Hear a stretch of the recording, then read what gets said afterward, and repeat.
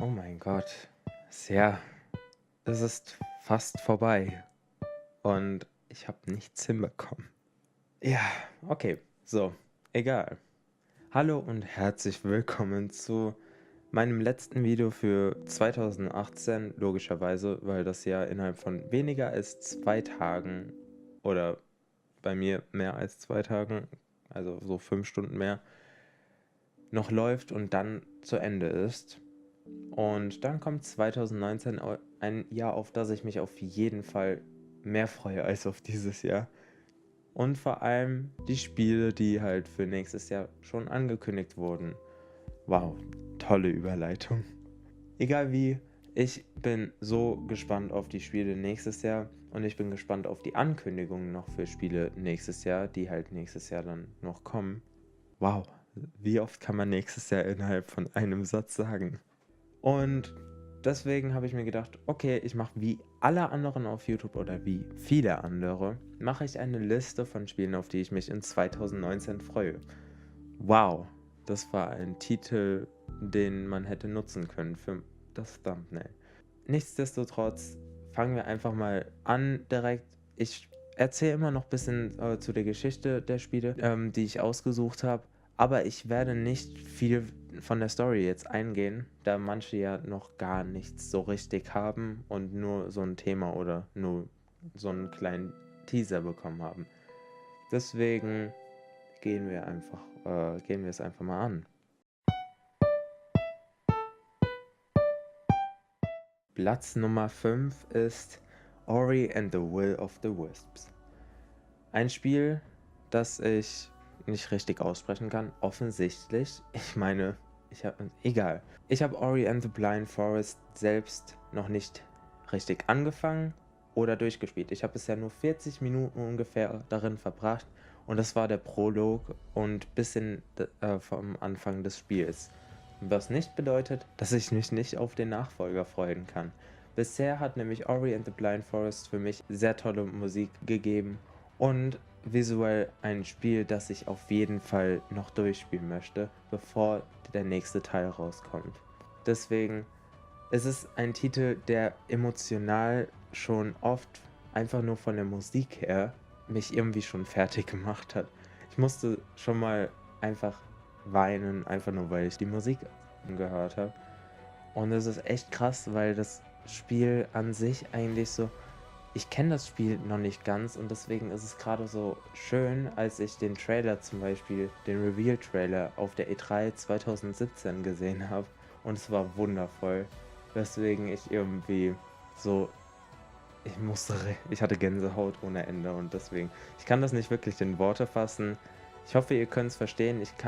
Ich glaube, ich blende mal einfach die Musik ein bisschen so im Hintergrund ein vom Trailer und vielleicht könnt ihr es nachvollziehen. Es geht auf jeden Fall um den Schutzgeist Ori, der halt von dem Geisterbaum abfällt, dann ein Weise ist und von dem Waldwesen, das im Wald Nibel, wo das Ganze stattfindet, halt von Naru, einem Waldwesen, aufgenommen wird. Als Naru stirbt, macht sich Ori auf die Reise, um den Wald wieder zu beleben. Das ist so grundsätzlich die Story, wie man sie bisher einfach von Ori and the Blind Forest kennt. Wie es endet und wie Will of the Wisps daran anschließt, das weiß ich nicht. Aber genau das macht mich gerade so gespannt und deswegen belassen wir es dabei und gehen zum nächsten Platz.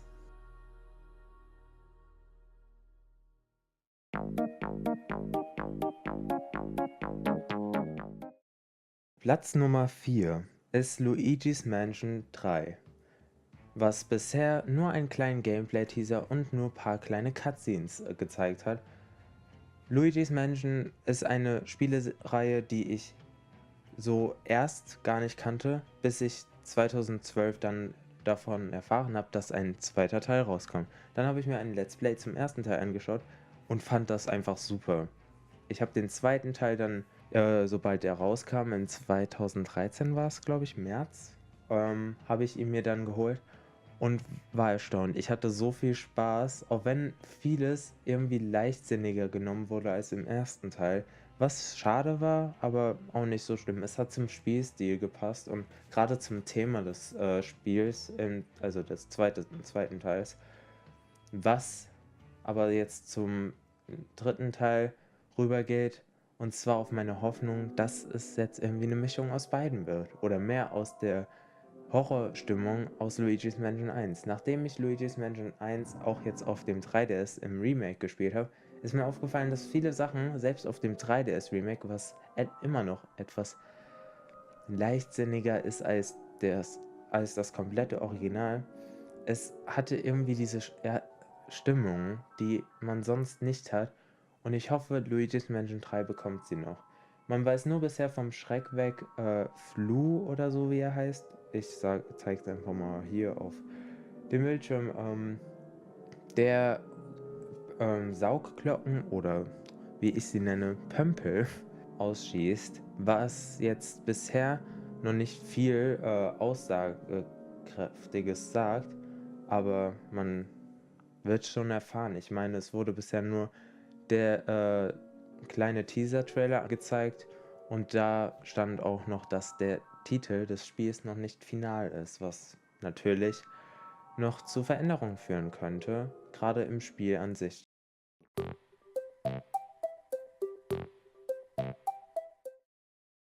The Last of Us ist ein Spiel, das ich anfangs nur über ein Let's Play gesehen habe und dann Anfang des Jahres, glaube ich, ungefähr März oder so, Februar müsste es gewesen sein, habe ich endlich die Möglichkeit gehabt, The Last of Us Remastered auf der PS4 zu spielen, als ich mir sie selbst gekauft habe.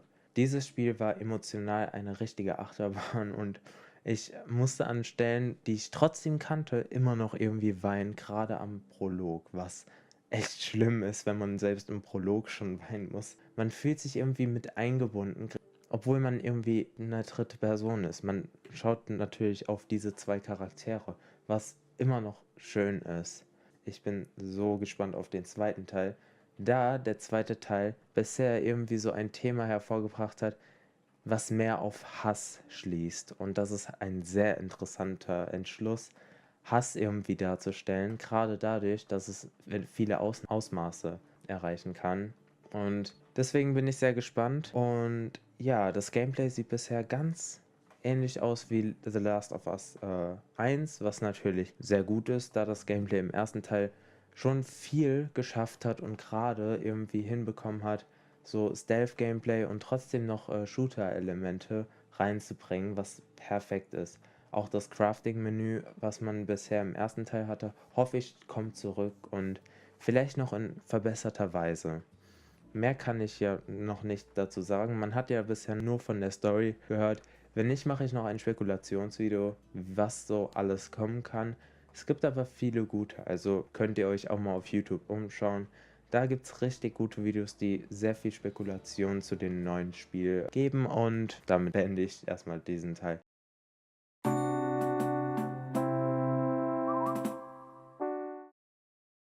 Die 8. Pokémon-Generation. Oh Mann, bin ich so gespannt. Mit dem Abschluss von der 7. Generation, die Let's Go-Spiele im Endeffekt für mich gemacht haben, bin ich so gespannt, was als nächstes kommt. Und selbst Game Freak freut sich darauf, das uns nächstes Jahr zu zeigen, wie sie in einem Famitsu-Artikel selbst erwähnt haben. Es war so ein Abschlussbrief zum 2018-Jahr und das war eigentlich deren Punkt dazu. Und ich bin selbst gespannt. Ich hoffe natürlich auf viele Sachen, ob das Fangsystem jetzt so von Let's Go mit den wilden Pokémon-Kämpfen verbunden wird oder ob es wieder nur auf wilde Pokémon-Kämpfe zurückgeht, ob man wieder ein neues Gimmick hat und Mega-Entwicklungen oder Set-Attacken zurückkommen und neue dazukommen. Eigentlich denke ich, dass die wieder zurückkommen, nur ob neue dazukommen. Dass man wieder Pokémon auf der Overworld sieht und dass die Pokémon auch einem folgen, was ich sogar am meisten befürworte und auch ja dazu sage, weil es einfach dumm wäre, wenn es wieder zurückgeht, wie auf Alola in Gen 7 und dann halt Übertragungsmöglichkeiten von Pokémon Bank halt aus Gen 7 zu Gen 8, was natürlich essentiell ist. Natürlich auf schönere Grafik, vielleicht noch etwas höher als Let's Go, da Let's Go irgendwie eher mehr so einen mehr kindlicheren Look eingeht, was ich nicht schlimm finde übrigens, weil es zu diesen Spielen einfach passt. Nur finde ich, für eine neue Generation sollte es vielleicht ein bisschen höher jetzt wieder gestellt werden. Wir werden wahrscheinlich nicht innerhalb der ersten Monate davon erfahren. Ich wette wieder so im Mai oder Juni rum. Das ist nämlich normalerweise so die Zeit, wo die Spiele in letzter Zeit angekündigt wurden.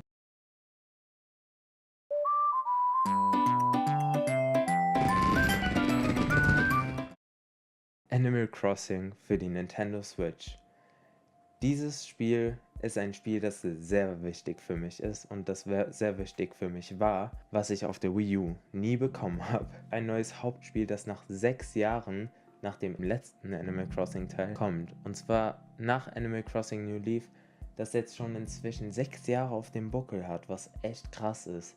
Selbst mit dem 2016er Update Welcome Amiibo war das Spiel jetzt nicht mehr so spannend für mich und ich hatte auch nicht mehr viel Lust, so viel drin zu machen, was halt schade war. Aber jetzt mit diesem Hauptspiel sind mir auch die Spin-offs egal, die auch wiederum so ein Teil waren, den ich nicht gebraucht hätte. Ich hoffe auf größere Städte, auf mehr Landschaftssachen, auf mehr Events, auf mehr Interaktion mit den Bewohnern. Ja, generell auf viel mehr, als wir eigentlich momentan haben. Und um ehrlich zu sein, denke ich auch, dass wir das bekommen. Aber wir wissen natürlich noch nicht viel mehr, als wir nur erfahren haben, dass Animal Crossing für diesen Nintendo Switch in 2019 kommt. Man könnte sich nur denken, dass die altbekannten Charaktere jetzt wieder zurückkommen, die auch in dem Mobile Game Pocket Camp zu sehen sind, wie zum Beispiel Melinda, Tom Nook zum Beispiel, ich weiß gerade nicht deren deutschen Namen, halt die ganzen Charaktere aus New Leaf. Ich wette, sie kommen einfach wieder zurück in anderer Form, was natürlich super ist. Und ja, damit schließe ich es ab. Meine Hoffnungen für Animal Crossing für die Nintendo Switch kann ich auch in einem anderen Video noch erwähnen.